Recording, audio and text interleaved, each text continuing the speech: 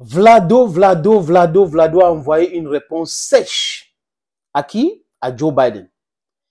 Ces dernières 48 heures, le président américain et son département de communication à la Maison-Blanche ont véhiculé certaines informations, les amis, en disant que après avoir capturé l'Ukraine, la Russie va attaquer notre pays de l'OTAN.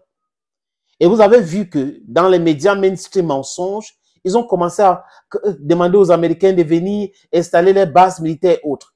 Et Institute of the Study of War, ISW, dit quoi, les amis? Dit que la Russie pourrait, dans quelques mois, récupérer toute l'Ukraine et placer ses bases militaires partout et se préparer pour attaquer notre pays de l'OTAN. Mais à quel point Poutine avait dit ça? Les Russes ont dit ça où?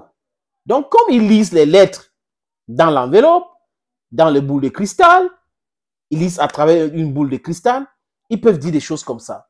J'ai dit, les seuls gens qui disent ce qu'ils font et font ce qu'ils disent, ce sont les Russes.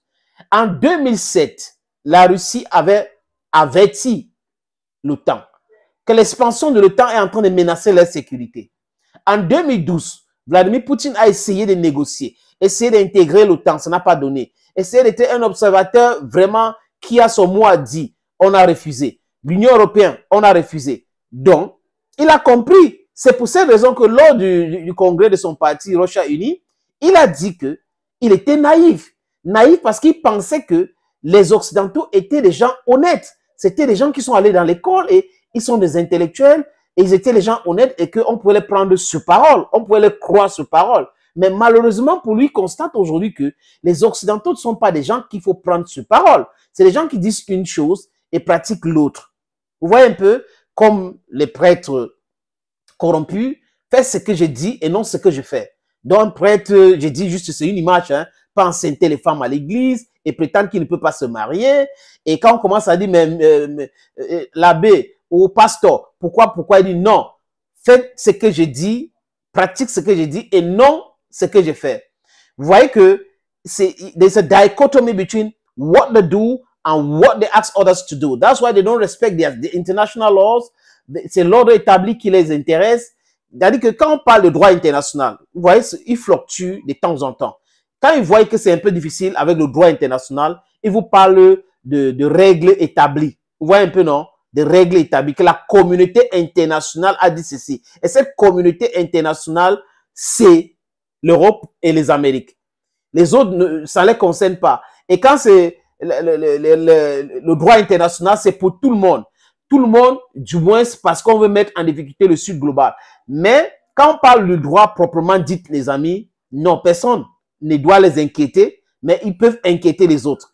La preuve, les amis, regardez ce qui se passe.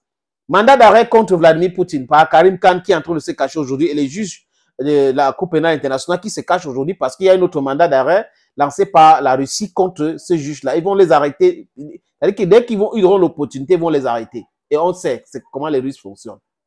Les amis, les Américains qui n'ont pas signé le traité de Rome, qui ne sont même pas membres de la Cour pénale internationale, jubilent et demandent au pays d'arrêter Vladimir Poutine.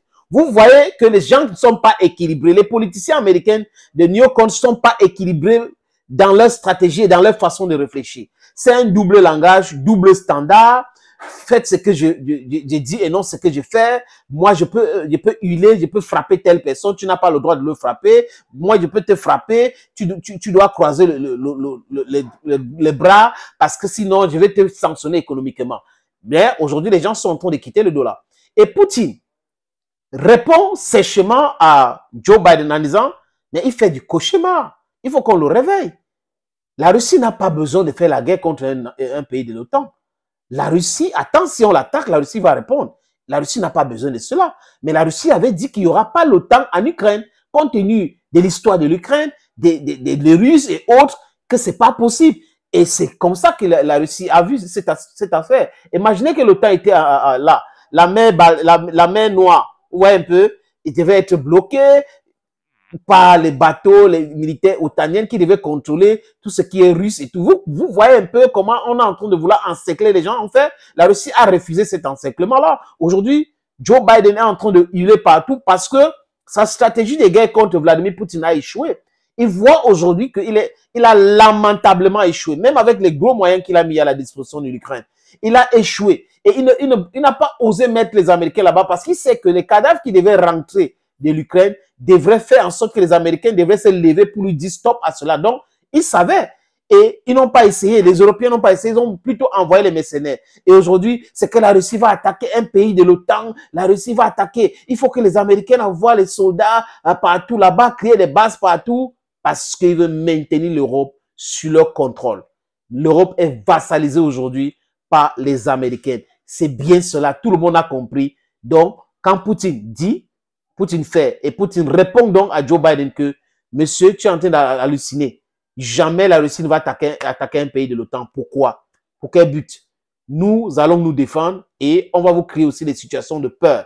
Il a dit, vers Saint-Pétersbourg, il y aura une base militaire puissante qui vont créer là-bas. Et Poutine a dit, Poutine va faire, il commence à dire, et on est en train de menacer la Finlande. Donc, la Russie n'a pas le droit de créer une base militaire technologiquement puissante pour aussi se défendre. Parce que la Finlande est entrée dans l'OTAN. Wake up. Thank you, friends, and bye-bye.